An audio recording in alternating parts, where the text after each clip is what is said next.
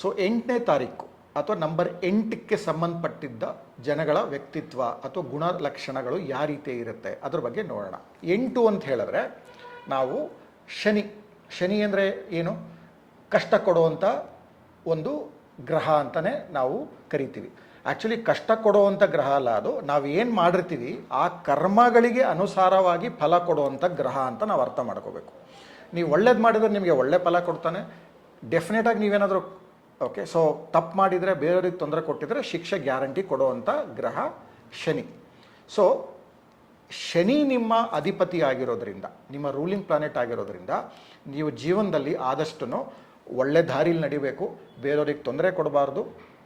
So ಈ ರೀತಿ ನೀವು ನಡ್ಕೊಳ್ಳೋದಾದರೆ ಬೇರೆಯವ್ರಿಗೆ ಸಿಗೋಕ್ಕಿಂತ ಜಾಸ್ತಿ ಸಕ್ಸಸ್ ನಿಮಗೆ ಸಿಗುತ್ತೆ.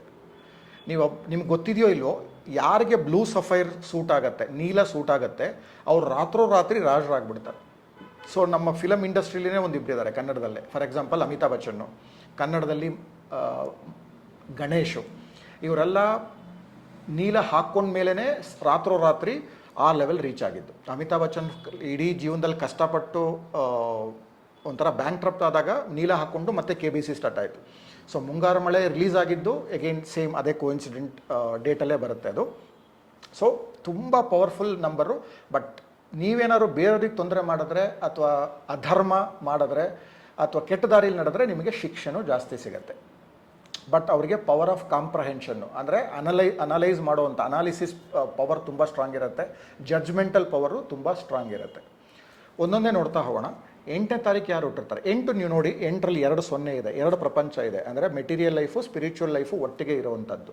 ಸೊ ಇವರು ಜೀವನದಲ್ಲಿ ಸಕ್ಸಸ್ ಏನೋ ಕಾಣ್ತಾರೆ, ಬಟ್ ಇವರಿಗೆ ಒಂದೇ ಒಂದು ಕನ್ಫ್ಯೂಷನ್ ಲೈಫಲ್ಲಿ ಅಂತ ಹೇಳಿದ್ರೆ ಸ್ಪಿರಿಚುವಲ್ ಲೈಫ್ ಲೀಡ್ ಮಾಡಬೇಕಾ, ಮೆಟೀರಿಯಲ್ ಲೈಫ್ ಲೀಡ್ ಮಾಡಬೇಕಾ. ಸೊ ಯಾವಾಗಲೂ ಈ ಕನ್ಫ್ಯೂಷನಲ್ಲೇ ಬದುಕ್ತಾ ಇರ್ತಾರೆ ನಂಬರ್ 8ನೇ ತಾರೀಕು ಹುಟ್ಟಿರೋರು. ಎರಡನೇದು 17, 1 ಮತ್ತು 7 ಇದೆ. ಸೊ ಇವ್ರನ್ನ ಸ್ಪಿರಿಚುವಲ್ ಲೀಡರ್ಸ್ ಅಂತ ಕರಿತೀವಿ. ಒಳ್ಳೆ ತುಂಬ ಪವರ್ಫುಲ್ ಪೊಸಿಷನ್ ರೀಚ್ ಆಗ್ತಾರೆ.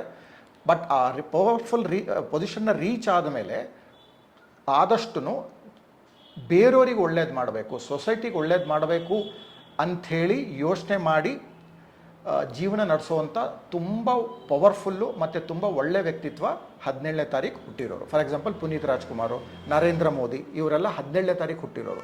ಇವ್ರ ಜೀವನದಲ್ಲಿ ಸ್ವಂತ ಸುಖ ಅನುಭವಿಸೋದ್ಕಿಂತ ಬೇರೆಯವ್ರಿಗೆ ಒಳ್ಳೇದು ಮಾಡಬೇಕು ಅಂಥೇಳಿ ಸ್ಯಾಕ್ರಿಫೈಸ್ ಮಾಡಿ ಬದುಕುವಂಥ ವ್ಯಕ್ತಿತ್ವ.